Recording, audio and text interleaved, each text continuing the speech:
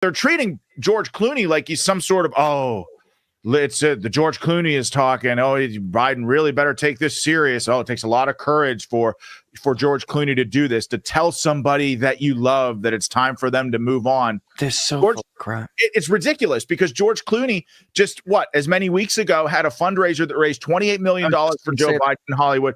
The courageous thing to do would have been walking off that stage, and instead of gaslighting all of us and saying we were crazy conspiracy theorists for thinking that Joe Biden is an extra on the set of Walking Dead, you could have said, hey, no, this guy doesn't have it. But he didn't. He waited for everybody else in the damn country to understand notice it too. It's ridiculous. It's ridiculous. Well, I'll just second what you just said, which is that George Clooney was just with Joe Biden not long ago. So don't pretend like you didn't know. Like, these are actors. I would remind people that these are actors. They're actresses. Their job is literally to pretend to be something and someone they are not. There is nothing trustworthy about them.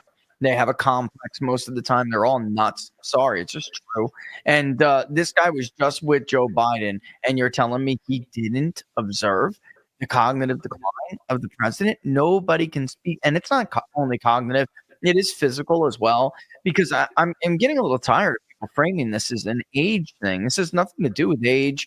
After Ronald Reagan was shot, it clearly slowed him down, and physically he had a very difficult time, but he managed.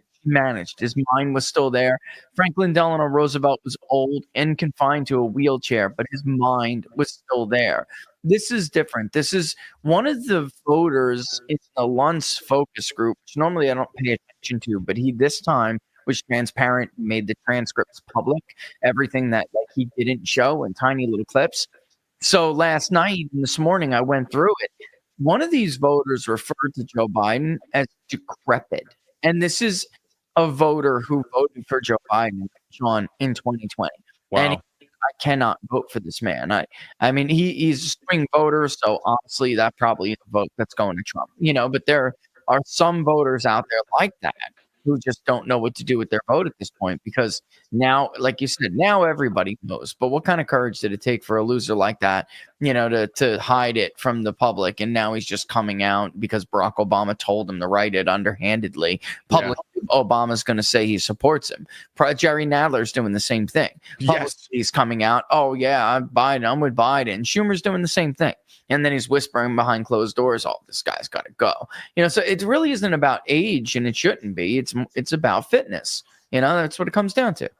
Okay, so I want you to react to this clip here of a Democrat doctor talking about Biden's, what you refer to, and I've been talking about, an observable medical condition. This clip has not gotten enough play since it aired last night. So I want you to watch it today, and everyone else just listen. You noticed anything that gives you a red flag as a doctor? Oh, yeah. I see him 20 times a day in clinic. I mean, it's ironic because he has just such classic features of neurodegeneration. I mean, word finding difficulties, and that's not, I couldn't find the word. That's from degeneration of the word retrieval area. He's also overcome stuttering, though. Could that be part of that, too? No, this is not a palatal issue or a speech discrepancy, which is very different from a lemino dysfunction, actual word retrieval, where you pick a similar question or talk around the issue, plus the rigidity, monotone voice. Wait, go back to that, the rigidity. What do you mean? Rigidity, loss of arm swing, standing up lordically. You notice when he turns, it's kind of en bloc turning. It's not a quick turn. So that's one of the hallmarks of Parkinsonism is rigidity and bradykinesia, slow movement. And he has that hallmark, especially with the low voice that said was a cold hypophonia. A small monotone voice like this over time is a hallmark of Parkinsonism. I could have diagnosed him from across the mall. Here are some of the symptoms from Parkinson's. We just had him up there on the screen. If we can put him back. What about the movement? Some people have pointed out the way he walks. Sometimes it's not very fast, small steps. Is that something that is common in people who are battling a disease like Parkinson's? Yeah, it's a hallmark. Shuffling gait, we call that, so little steps. Loss of arm swing from the rigidity. When we walk, we have a nice cadence. You notice he doesn't really swing his arms. And en bloc turning, meaning he kind of pivots around his foot. If you said, hey, President Biden, he wouldn't go like this. But I also know, and tell me if I'm wrong here, it's very hard to diagnose Parkinson's, isn't it? It's not simple. I mean, I've heard that it can be. It's one of the easier movement disorders to diagnose, actually. Right, but it's so clinic. There's very little other. And I'm a Democrat. I always say about this. Right. It's just like, this guy is not a hard case. But I've had relatives who have gone through neurological issues, and I've heard that sometimes Parkinson's is not very easy to nail. You have to take a lot of tests. It's early on. If you're just presented with like hallucinations, that could be a variety of things, or just the cognitive problems. That could be Alzheimer's versus Parkinsonism, and that becomes a little nebulous. But once you start manifesting the hallmark motor symptoms, right, slow movement, rigidity, mass facies, hypophonia. I mean, if a med student did not pick Parkinson's on the test, they'd be remediated. So let me ask you, you're a Democrat. If a med student didn't pick Parkinson's on the test, he'd be remediated. And the doctor's like, hey, look, I'm a Democrat, but like this is very clear. And so here's so first of all, let me just thank Common, his handle's great, Common Freaking Sense, CENTS. Thank you for the Rumble Rant tip. 100% of what we get in the Rumble Rants tips goes to improving the show and giving you all a better quality show. And the answer to your question about like whether or not I'll come on a podcast, if we can make it work, of course. Also smash that little green thumb. That little green thumb beneath the video. It should be right around, I don't know, the bottom of the video. Just smash it. It helps us get towards the leaderboard. We made the Rumble leaderboard, Rich, a couple of nights, 50, which is crazy. It's crazy. So anyway, back to the situation at hand. We've got a president, and I'm gonna break this down for people and just set up this discussion in this way. The shifting media narrative tells us a lot. Yeah.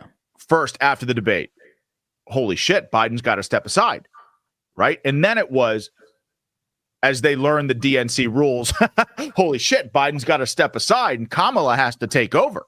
Yep. And I've said from day one, Biden's not going to do that because this is a man who's been in Washington for 50 years. He's the president. He might be an animated corpse, but he still wields enormous power. He ain't going anywhere. He's dug in like a tick. He says, F you, I'm staying.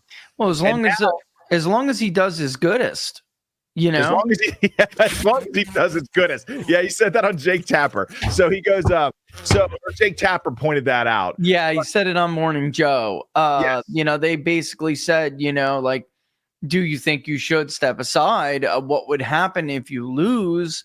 And he just got done, by the way, saying, and this is something that doesn't make sense to voters. It won't make sense. Even the common, you know, person who is working for a living and not paying attention to politics, it's not going to make sense to them. And we know from talking to them, if Donald Trump is a threat to democracy and self-governance is on the line, then how come all you care about is doing your goodest? You know what I mean? Like you would step aside and do what's best for the country, not what's best for Joe Biden, you know, Jill Biden, and what's best for Joe Biden, and what's best for Jim Biden, and what's best for Hunter Biden, right? Because that's really what this comes down to, and I've brought this up a lot.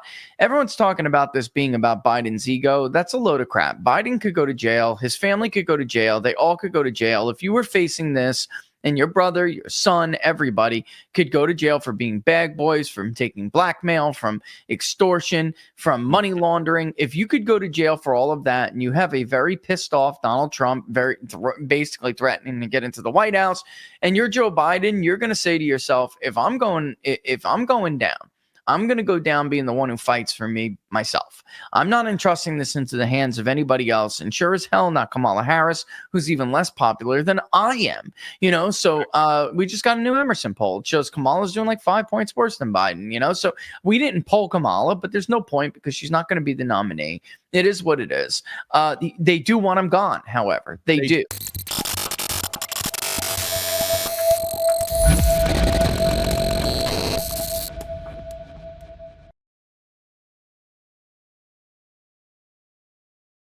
Mike Lindell here, and like you, I see our country being destroyed daily. We face massive economic issues, and I can tell you from firsthand experience, there are people in power who threaten the values that have made our country great.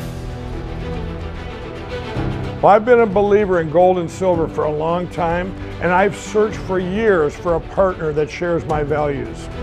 Well, Genesis Gold Group showed me how easy it is to protect your IRA, 401k, or your retirement with gold and silver. Their faith-driven approach to service and stewardship is one that stands out from the rest. To get your free definitive gold guide and get started learning more about investing in gold and protecting your retirement from uncertain times, visit treasureandtrust.com now. Fill out the basic contact form and a member of the team will be in touch. Again, that's treasureandtrust.com or call 855-625-7760.